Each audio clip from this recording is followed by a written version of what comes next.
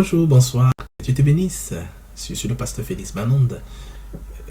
Bienvenue à l'école biblique de la restauration, l'école biblique de la restauration. En fait, cette école biblique qui est faite par notre ministère dont je suis responsable, Jésus Restauré Guéri. Et en deux étapes, nous avons d'abord l'école biblique de la restauration et plus tard, nous aurons l'école biblique de la guérison. Voilà.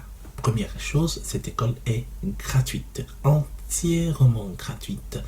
Tu peux la suivre de bout en bout sans dépenser un centime. Toutefois, il est bien de dire que les offrandes font bien l'œuvre de Dieu, mais surtout à qui le fait. Donc, nous donnons quand même la possibilité à qui veut donner librement quelque chose pour le soutien de l'œuvre de Dieu et du ministère de le faire avec les éléments que nous enverrons dans la vidéo.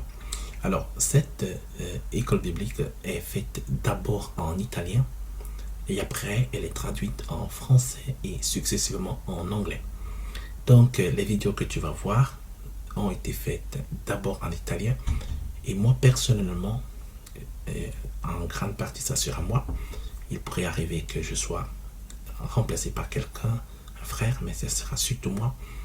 Je vais retraduire en français chaque vidéo et tu pourras réécouter ce message. Donc les labiales, le mouvement des lèvres pourrait ne pas exactement correspondre, mais sois-en sûr, ce qui sera dit sera le message qui était dit en italien.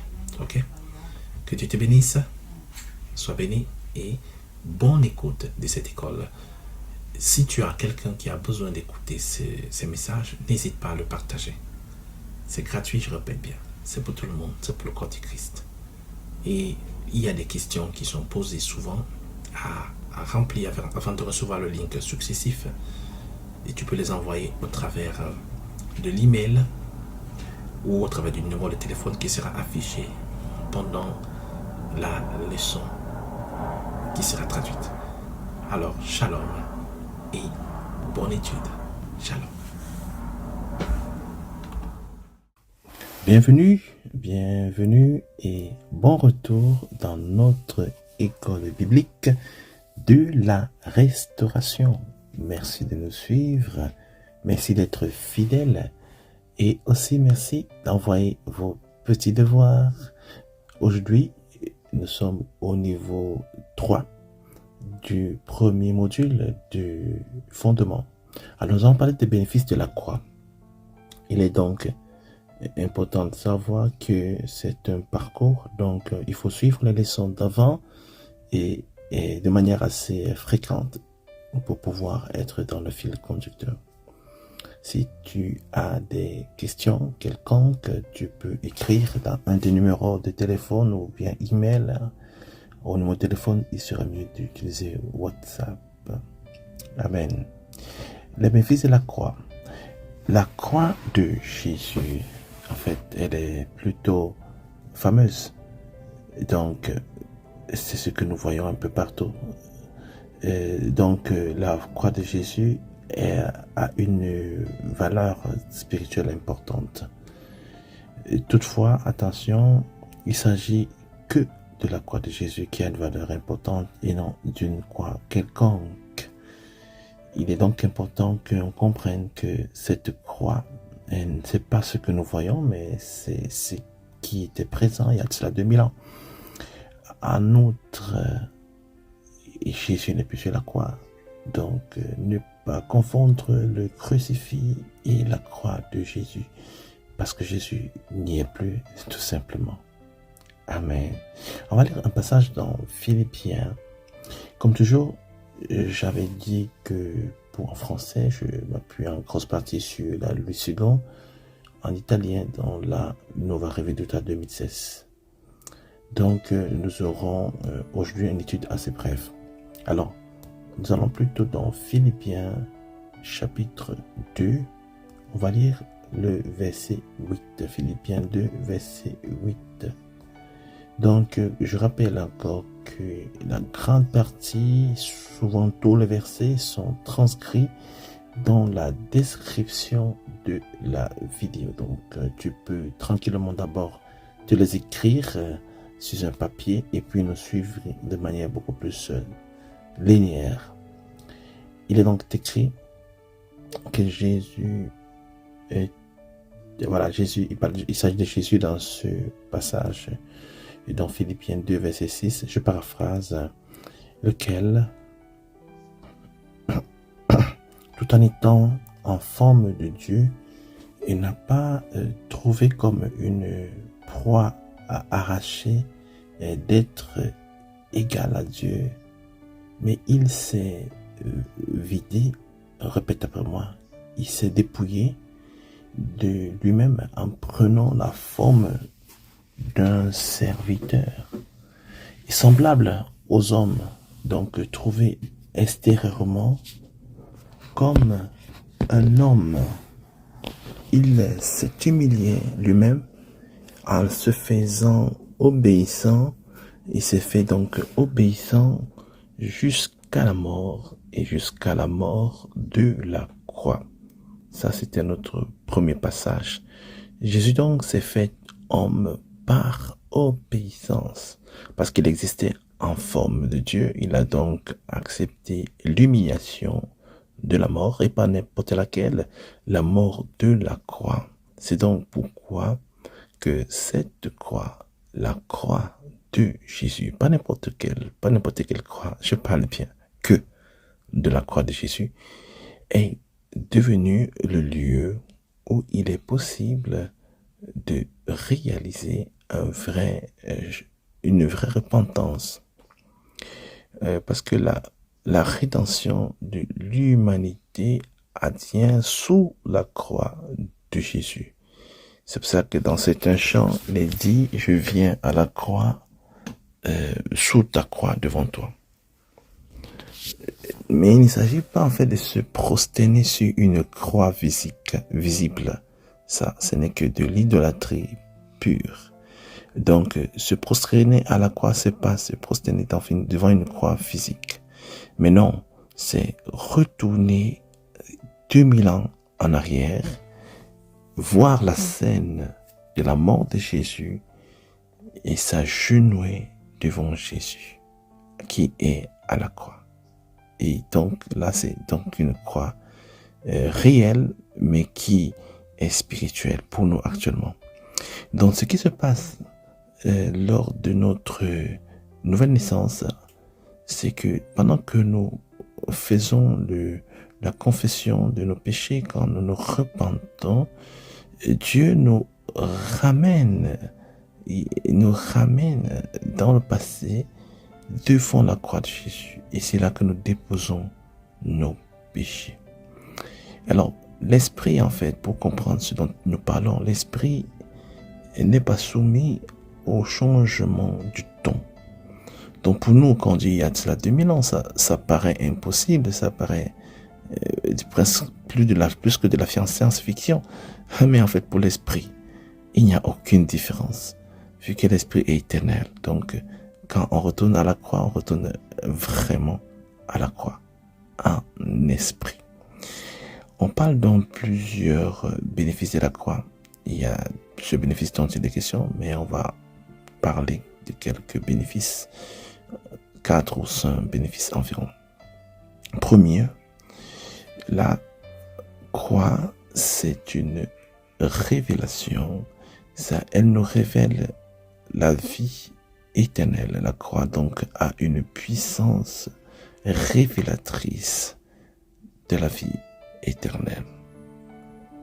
Et ceci, il faut le comprendre, parce que Jésus a une communion avec Dieu, mais il embrasse le monde avec les bras horizontaux de la croix.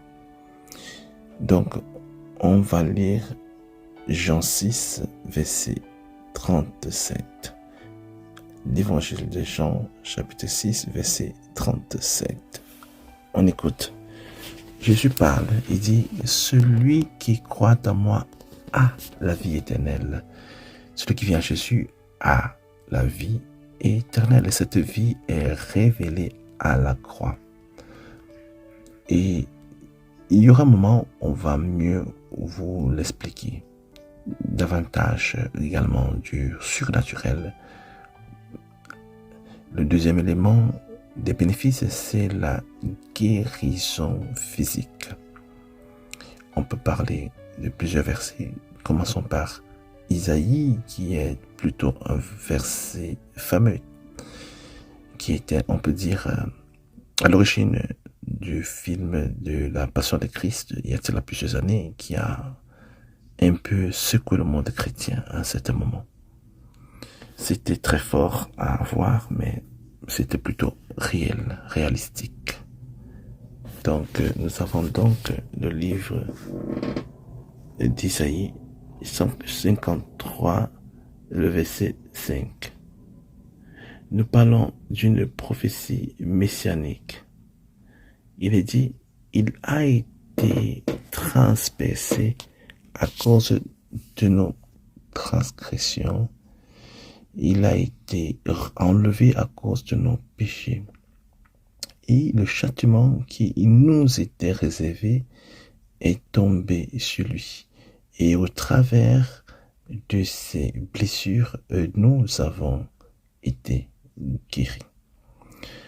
Pour comment cela a été écrit, nous comprenons dans ce passage, au travers de ce passage, la grandeur de la guérison divine. La guérison divine fait partie du paquet du salut, en fait. C'est pas un événement en plus. C'est pas juste un bonus. C'est pas juste un extra. Non.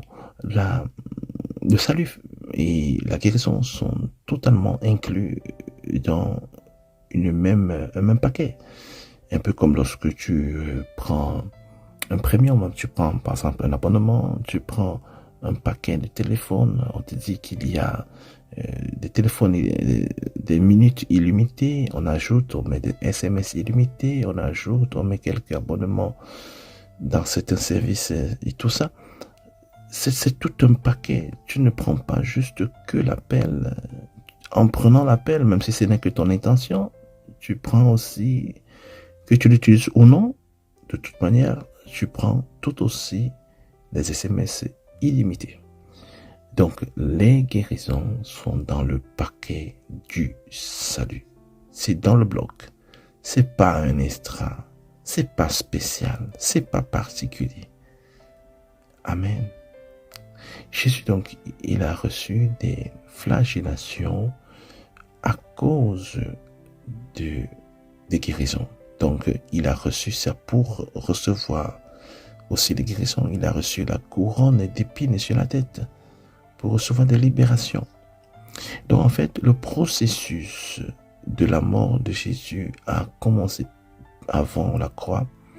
Mais dans ce processus, il s'est assuré, en d'autres termes, de recevoir aussi pour toi des guérisons. C'est pour ça qu'il a été flagellé tout en étant vivant. C'est pour ça qu'il lui a été mis une couronne d'épines. Amen. Donc, on va lire dans 1 Pierre, chapitre 2, le verset 24. 1 Pierre chapitre 2, le verset 24. Il a dit, il a porté nos péchés sur le bois de la croix, afin que nous, étant morts au péché, nous vivions dans la justice de la vie, et à travers de ces flagellations, nous avons été guéris. Amen.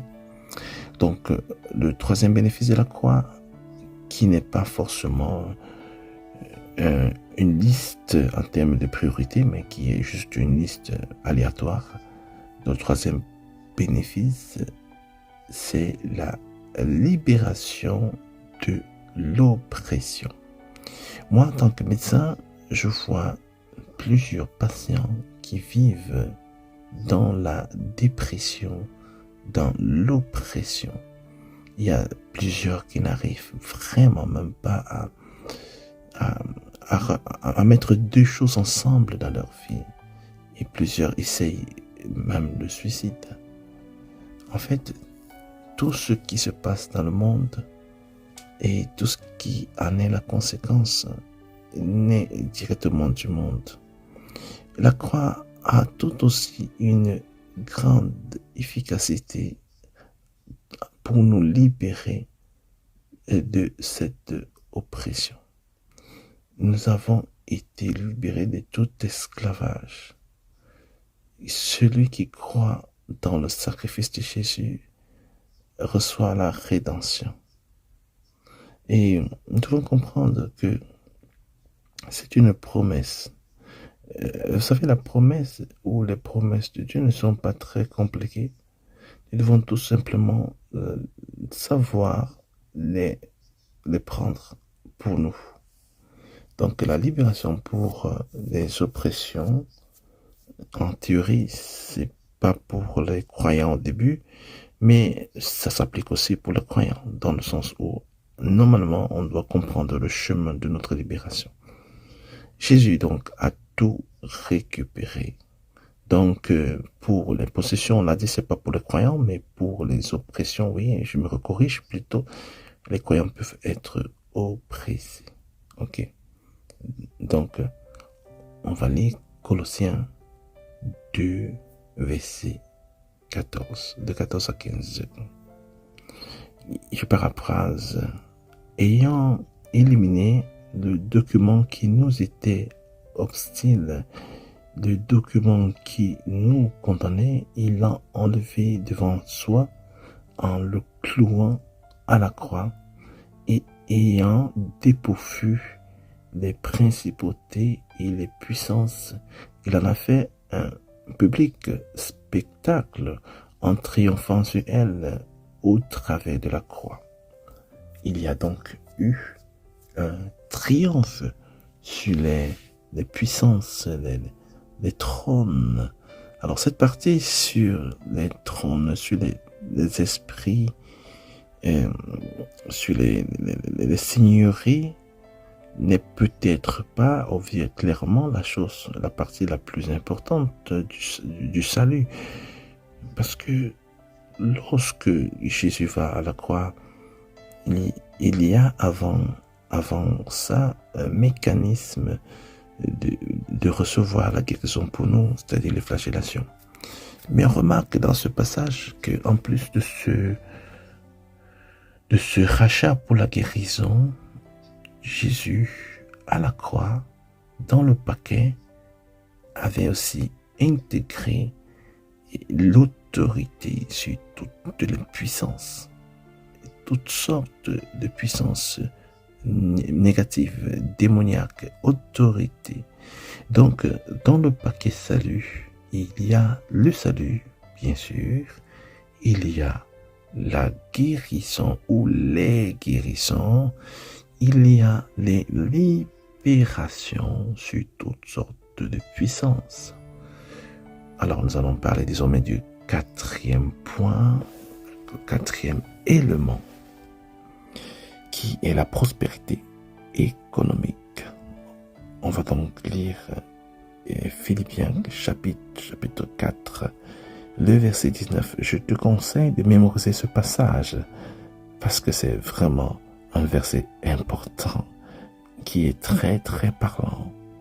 Alors je paraphrase: mon Dieu pourvoira à tous vos besoins selon ses glorieuses richesses ou sa glorieuse richesse. La glorieuse richesse de Dieu au travers de Dieu le Père. Il y a donc une richesse qui appartient à Dieu et dans laquelle Dieu puise pour nous bénir. Et ça change complètement notre process de compréhension. Parce que tant que la richesse est humaine, tant que Dieu s'appuie sur notre richesse, alors c'est clair qu'on peut subir des conséquences, des inflations, par exemple de la guerre qui fait augmenter les prix. Et voilà, donc dans tout ça, sûrement on en est limité. Mais Dieu ne puise pas des richesses du monde pour te bénir, mais de ses richesses. Donc Dieu puise de son trésor, de son portefeuille, de son de monnaie. Dieu ne prend pas ton argent pour te bénir, mais il prend son argent pour te bénir. Et cela nous aide à comprendre des éléments fondamentaux sur l'importance dans la prospérité divine. Alléluia. Et nous voulons toucher le 5e point, qui est la restauration des familles. Nous sommes bien sûr l'Église ou le ministère Jésus restaure et guérit.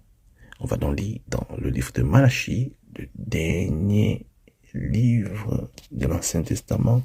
On va lire également le dernier chapitre et le dernier verset du dernier livre. Alors, Malachie 4, 6. Il s'agit du Messie, de celui qui viendra.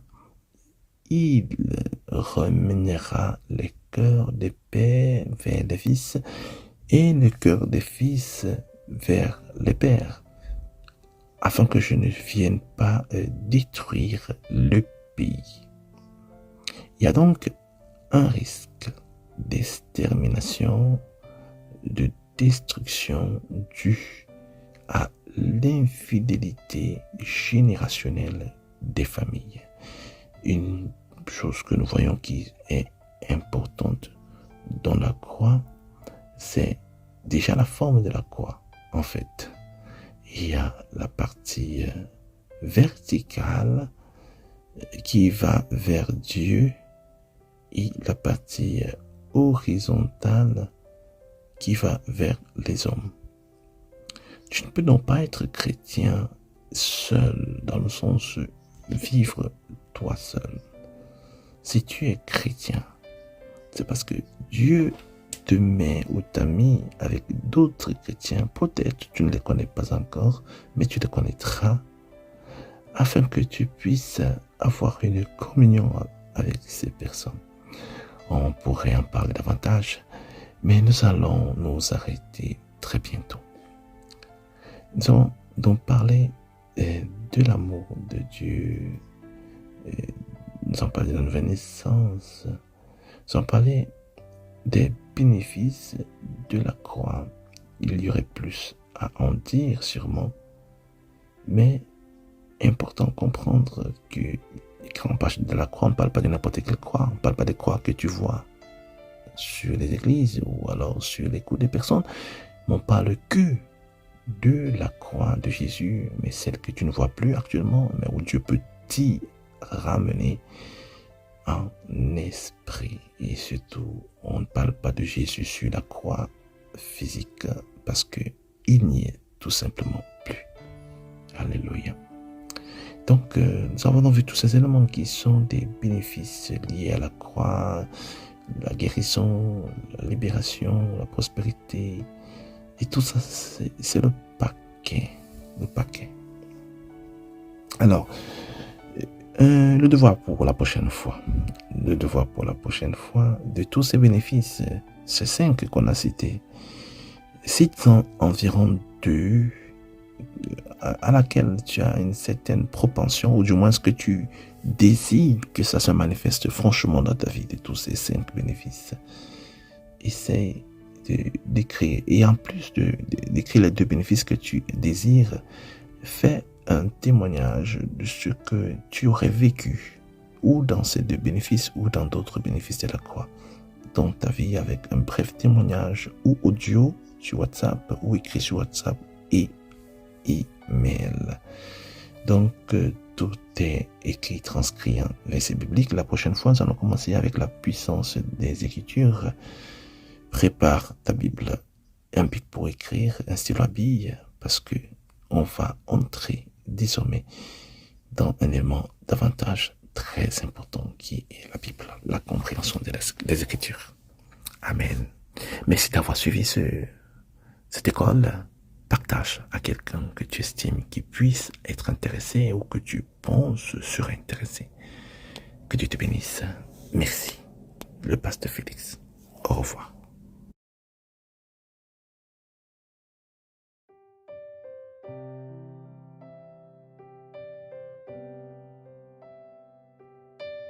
Thank